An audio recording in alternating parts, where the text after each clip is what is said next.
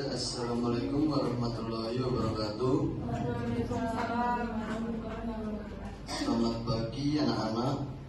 Kembali bertemu dengan Bapak ya di hari Selasa ini. Bagaimana kabarnya semua ini? Alhamdulillah baik, Pak. Baik ya, oke, baik. Di sini saya absen dahulu ya. Dari kiri saya Mas Adam, Mbak Nadia, Mbak Lila, Mbak Tania, Mbak Alia, Mas Ibu. Oke, ada semua lengkap ya? Lengkap. Di pagi hari ini kita akan membahas tentang menguak potensi diri kita sendiri ya. Di materi kita hari ini itu akan memandu kita memahami pentingnya bidang belajar ya. Kita akan menguak potensi diri kita melalui penjelajahan berbagai disiplin ilmu.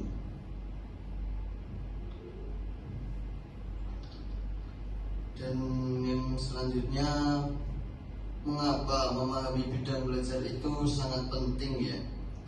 Ada yang tahu anak-anak ini mengapa sangat penting bidang belajar itu? Memahami maksudnya? Belum tahu ya? Memahami bidang belajar itu adalah kunci kita untuk menemukan passion kita ya. Membantu merencanakan arah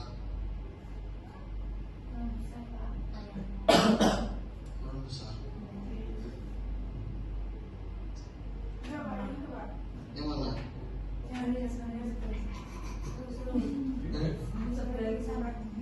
Kiri. Kanan. Ini yang tadi Pak, kiri. Yang ini ya.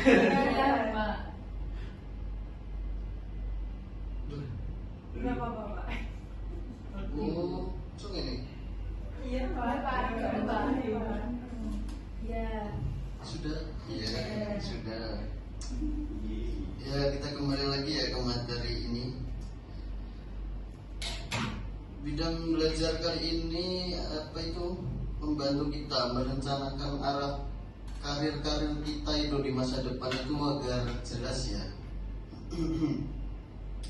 Dan kita dapat mengembangkan potensi diri kita itu sepenuhnya. Penting kontribusi nyata bagi masyarakat juga. Dan bidang belajar itu sangat penting ya kan. Yang pertama tadi ada arah karir, kita harus memilih jalur yang tepat. Dan yang kedua ada pengembangan diri, seperti kita mengasah keterampilan pribadi diri kita sendiri ya, mencari jati diri kita ya. Dan ketika kontribusi masyarakat itu membangun masa depan yang lebih baik. Kayaknya ngantuk semua ya. Ice breaking dulu ya. Bisa dimohon maju ke depan semua untuk ice breaking. Di sini kita ice breakingnya warna ya. Silakan kita itu berbaris semua itu depan belakang gitu aja. Depan belakang gitu aja. Maksudnya ya Mas, ini depan Fadilin ini mbaknya di sini, mbaknya juga baris di sini. Nanti kalau saya sebut warna merah ke sini ya ke kanan, kalau kuning ke sini. Kalau warna biru, oh maaf, jangan biru, hijau aja. Itu di sini di tempat ya. Sudah Bang? Kalau merah di kanan, kuning di kiri, hijau di tempat. Fokus ya semua. Kalau saya bilang ya itu. Bisa dimulai? warna merah, warna hijau. Mas, ngelek ya kamu? Hijau maksudnya tengah. Warna kuning, warna merah,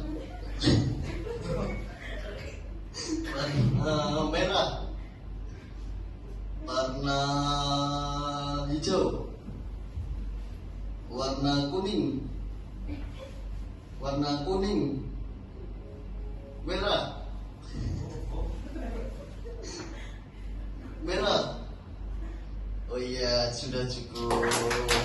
Sangat fokus sekali ya anak-anak ini. Iya, Pak. Tadi malam itu belajar apa enggak ini semuanya? Belajar. Belajar. Oh, boleh.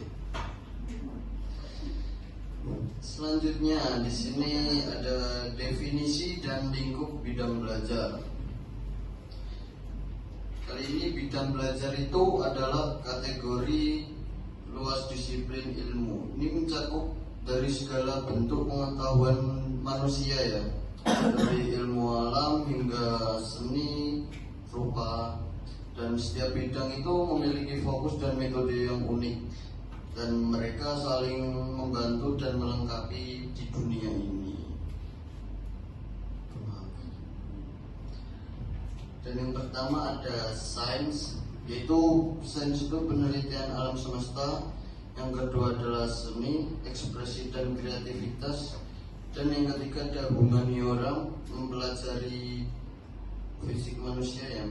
Dan yang keempat ada terapan solusi praktis. Dan selanjutnya ada bidang sains, teknologi, teknik, dan matematika. Bisa disebutnya singkatnya STIM, Fondasi Inovasi.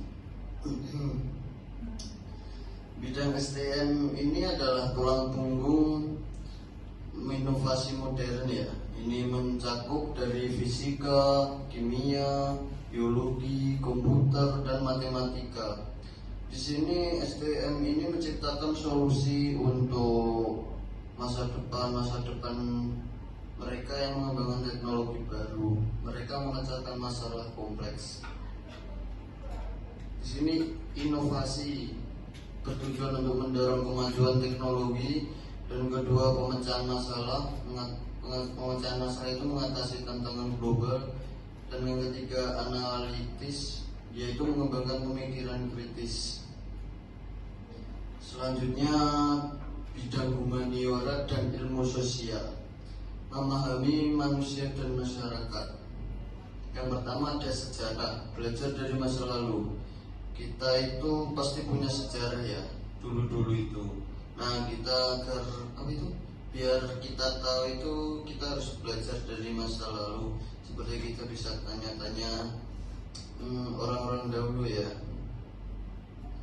Dan yang kedua filosofi, yaitu mencari kebenaran yang hakiki. Dan yang ketiga itu sosiologi, yaitu analisis masyarakat. Kita bisa menganalisis masyarakat, itulah pokoknya. Dan yang keempat psikologi, yaitu memahami perilaku dalam diri seseorang lah. Humaniora dan ilmu sosial itu menelusuri kondisi manusia. Mereka membantu kita memahami budaya, sejarah, dan perilaku. Ini sangat penting untuk empati. Mereka mempromosikan pemahaman lintas budaya. Ini krusial untuk masyarakat yang harmonis. Selanjutnya bidang seni, desain, dan kreativitas. Ini ekspresi dan imajinasi tanpa batas. Dan yang pertama seni rupa. Seni rupa itu contohnya seperti melukis, memahat, dan menggambar. Dan kedua desain grafis. Desain grafis itu mencakup visual komunikasi yang modern. Dan yang ketiga seni pertunjukan seperti drama, musik, dan lain-lain. Selanjutnya ada arsitektur ya, itu menciptakan ruang fungsional. Fokus banget ya Mbak Ali ini, sangat fokus, dan Mbak Lila ini. Mas Fadil, paham sedikit atau tidak yang saya jelaskan tadi? Banyak. Oke, inilah. Dan bidang ini adalah rumah bagi ekspresi diri dan inovasi ya. Terus selanjutnya ada bidang kesehatan dan ilmu terapan, yaitu mencari kesejahteraan dan solusi praktis. Yang pertama ada ilmu kedokteran.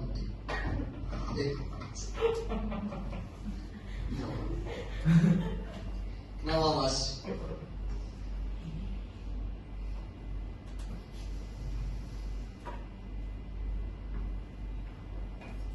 Sebentar. Yang kali ini bidang kesehatan dan ilmu terapan ini. Bidang ini kan berfokus pada peningkatan kualitas hidup ya. Para profesional di sini berdedikasi pada kesehatan ya. Mereka menyediakan perawatan ya, seperti perawat itulah. Mereka mengembangkan solusi praktik untuk vital.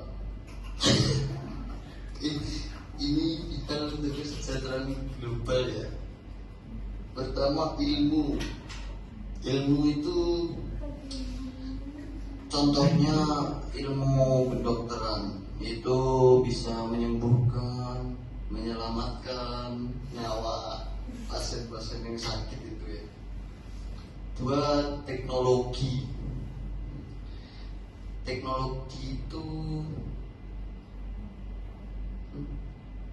kenapa Mbak? Nggak apa-apa. Bahasa Pak. Oh itu. Sorry ya, kok teknologi itu ilmu ya. Ilmu. Enggak deh. Bentar, ini ada error. Dan yang kedua ini teknologi itu keperawatan, merawat mendukung pasien. Dan ketiga inovasi. Dan yang keempat ada perbaikan. Dan kita lanjut aja. Ini Mas Fadil kayaknya paham banget ini. Selanjutnya pembelajaran interdisipliner, itu menghubungkan batasan untuk wawasan baru. Yang pertama yaitu wawasan baru, menyatukan ide-ide yang beragam. Dan yang kedua ada solusi inovatif, yaitu memecahkan masalah kompleks. Dan yang ketiga pemikiran holistik, melihat gambaran yang besar. Pembelajaran interdisipliner ini menggabungkan beberapa bidang. Ini menciptakan perspektif untuk pendekatan ini yang sangat diperlukan lah. Ini mendorong inovasi dan ini menghasilkan solusi komprehensif. Selanjutnya menemukan jalur pembelajaran Anda. Bagaimana kita menemukan jalur pembelajaran Anda? Yang pertama itu kita mempunyai gairah. Gairah itu sangat penting ya. Ada. Apa Mas Adam? Ikuti yang Anda sukai lah. Yang kedua minat. Minat itu bisa dari dalam diri kita sendiri. Kita bisa menjelajahi berbagai pilihan lah. Dan yang ketiga tujuan karir. Apa tujuan karir kita dalam bidang ini untuk masa depan kita, seperti itu. Selanjutnya refleksi diri. Kita harus memahami diri kita sendiri. Kekuatan kita itu di dalam tubuh seberapa, itu kita harus merefleksi diri kita sendiri, memahamilah. Dan yang terakhir ada kesimpulannya, mengoptimalkan potensi diri melalui pilihan bidang belajar, yaitu memilih dengan bijak, selaraskan dengan potensi-potensi Anda. Dan yang kedua, belajar terus, jadi pembelajaran seumur hidup. Dan yang ketiga, berkontribusi, yaitu bagikan pengetahuan Anda. Pilihan bidang belajar ini adalah perjalanan pribadi. Ini membentuk siapa Anda dan bagaimana Anda itu berkontribusi. Teruslah belajar dan beradaptasi. Jadilah pembelajar seumur hidup dan optimalkan potensi diri kita. Dan yang selanjutnya di sini nanti kalian ambil ya, ini ada soal-soal nanti seperti biasanya ya. Nanti bisa dijawab spontan aja. Oh, sudah ya, bisa ambil.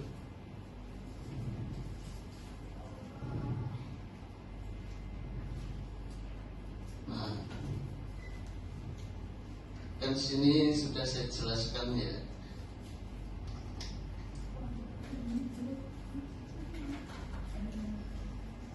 Bagaimana, sudah dibaca semua? Sudah bisa mengartikan? Kita bisa dimulai ya dari sebelah kanan saya. Bapak ini ya, Bapak mana? Apa peran bidang belajar ilmu komunikasi? Apa peran bidang belajar ilmu komunikasi di era digital saat ini? Apa mas perannya itu? Setan. Apa mas? Ya, Setan apa? TikTokan gitu kan. Oh seperti itu. Setan serius apa? Anu. Terus Ya serius Thomas, ini namanya sekolah ini.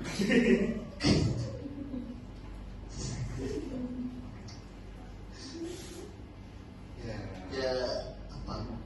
sekarang itu sangat identik dengan efisiensi, Oh iya. tepat, efektif, strategis kan. Dan kita itu hidup sekarang itu harus sangat amat penting berdampingan dengan produk-produk digital. Mungkin itu nanti media elektronik seperti handphone, komputer dan lain-lain sih. Oh seperti media-medianya elektronik itu ya. Ya, Ya sudah, akan boleh duduk. Selanjutnya Mbak Alia. Apa saja faktor yang perlu dipertimbangkan seseorang sebelum memilih program studi? Menurut saya yang pertama dengan melihat minat bakat. Ya. Terus yang kedua apa itu Pak?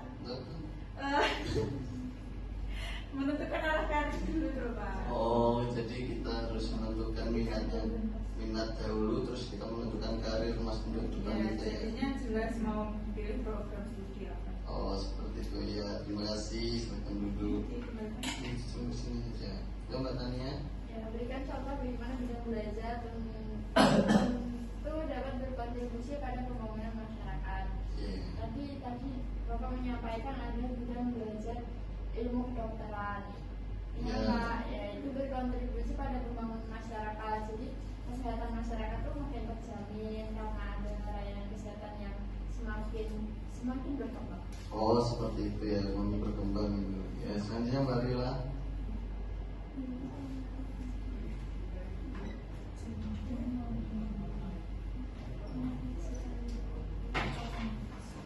Bagaimana cara mengenali potensi diri agar bisa menentukan bidang belajar yang tepat dengan merefleksikan diri. Merefleksikan diri saja. Ya, Oh. menemukan apa keinginan kita sedangkan kita saat belajar. Saat belajar. Ya oke, silakan duduk. Mesti. Selanjutnya Mbak Nadia. Mengapa penting memilih bidang belajar yang sesuai dengan minat dan bakat? Dan menurut saya ini penting ya Pak, soalnya kan agar membuat kita lebih suka dengan pembelajaran itu pastinya harus benar-benar minat dan bakatnya. Oh seperti itu, kita harus mengetahui lah minat Iya. dan bakat kita itu. Oke, terima kasih. Selanjutnya Bapak Adam. apa yang Anda tahu tentang bidang belajar? Apa mas? Belum tahu Pak. Waduh, ini kok belum terus ini mas. Dan tadi ngapain saja mas kok di situ kok nggak tahu itu. Belajar Pak. Belajar apa mas? Bingung mas. masih bingung. Iya. Ya lain kali nanti bisa les ya mas. Iya. Nanti nanti bisa mengambil saya itu sebagai gurunya itu guru les. Sudah nanti dipelajari di rumah. Dari sini kalian sudah mulai paham ya sedikit-sedikit. Meskipun ada yang belum paham, tapi mayoritas sudah paham semua ya. Dan terakhir Bapak akan membagikan barang titipan juga ya, kerjakan di rumah.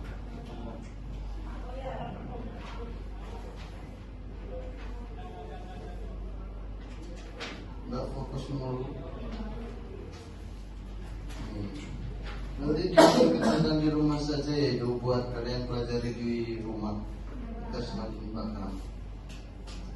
Ya sudah, kalau begitu di sini ada yang mau ditanyakan apa tidak? Tidak, oke, sudah cukup ya kita untuk pada hari ini. Apa itu? Bapak akan tutup ya pada hari ini. Jika ada kata-kata Bapak yang salah dan masih membingungkan, Bapak mohon maaf yang sebesar-besarnya ya. Sekian, wassalamualaikum warahmatullahi wabarakatuh.